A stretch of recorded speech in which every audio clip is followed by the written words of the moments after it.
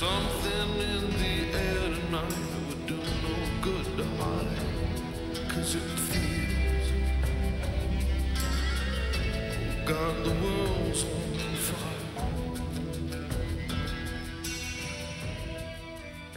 So I hooked Willem up with this guy John, and they went out on their rounds. He went out with them for a night, you know, delivering drugs around town.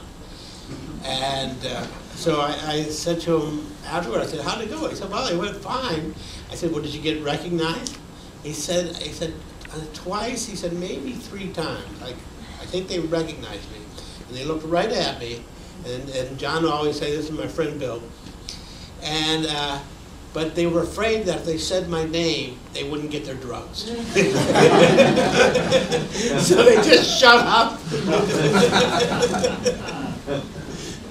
I, like most directors, have a little short list of reference films, you know, that you start coming up with, which usually work for most anything you do. You know, you want the cinematographer to see conformista and eclipse and performance, but also there's part of a kind of a larger discussion. You know, you get into the general questions. Is it mise en scène or is it montage? How long are we going to hold the takes? How compositional is it going to be? Are we going to, is everything going to be driven by coverage? You know, these are also budgetary considerations. What kind of light is it going to be? You know, how hard, how soft, how white, how colored. And then, you know, the conversation sort of goes back and forth, and out of that, in reference to other movies, a model starts to emerge, which of course then hits the reality of shooting. Almost, you know, been well shot this way, where he knew exactly that cut would go to that cut, and he doesn't shoot for coverage. And another interesting thing for me on this film was you never repeat the same shot. In other words, if you're in a close-up in one size on one person and you cut back across, you never match the same shot when you go back and forth. You always want to change the image. Yeah, I got rather obsessive about this, about never using the same shot, or I mean setup. Never using the same setup twice, and always orchestrating cut to cut.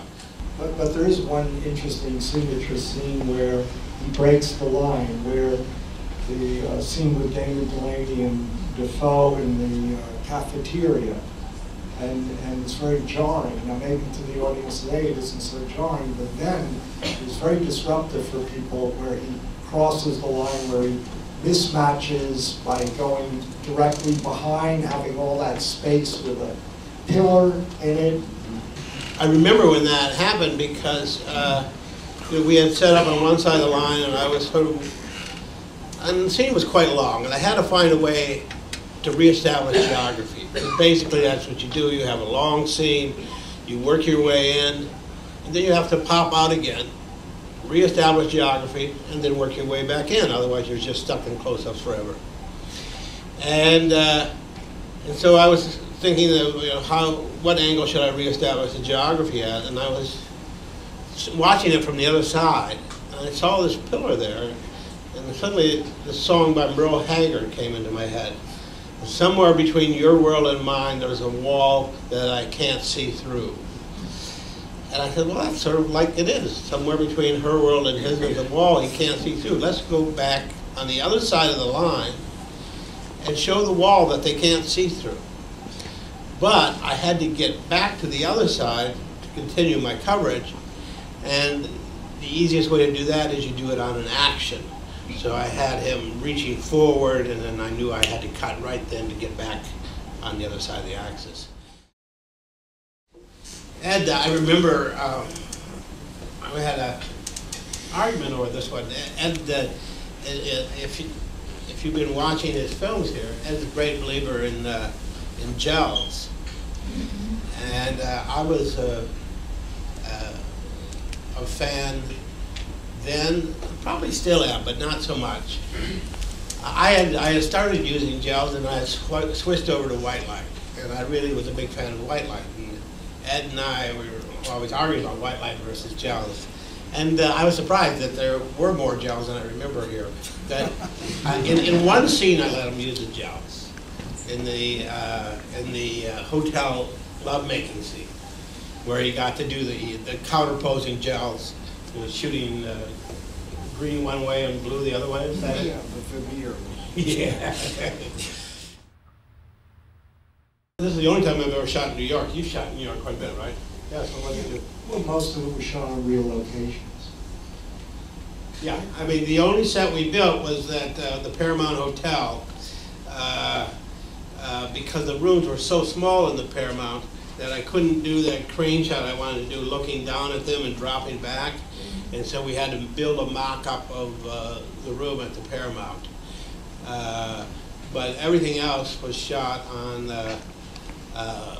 location. So also, I didn't want to do any nudity on location, and it's all in such cramped quarters. It's always better if you're going to do nudity to have a little more control over your environment.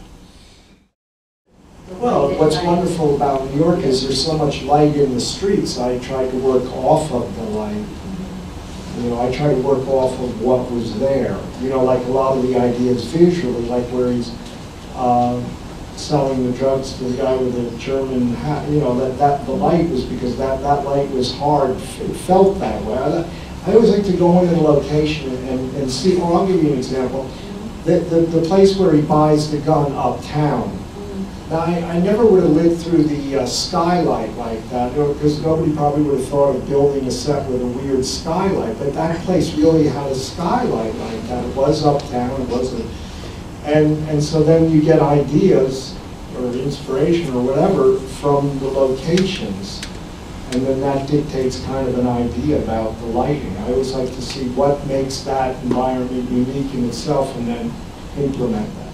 Could you comment a little bit more about the recurring paintings? Whether are they metaphorical or are they inspirations first? Yeah, there's well, some friends of mine helped out there. David Sally, I have a big new canvas of his. There's a Clemente in there. No, I think they were just attempts to make it more visually interesting than to exploit friendships. I should have bought those paintings. I would have made more than I made on the film. Maybe I could have changed if only wisdom courted me, and not this fear and shame.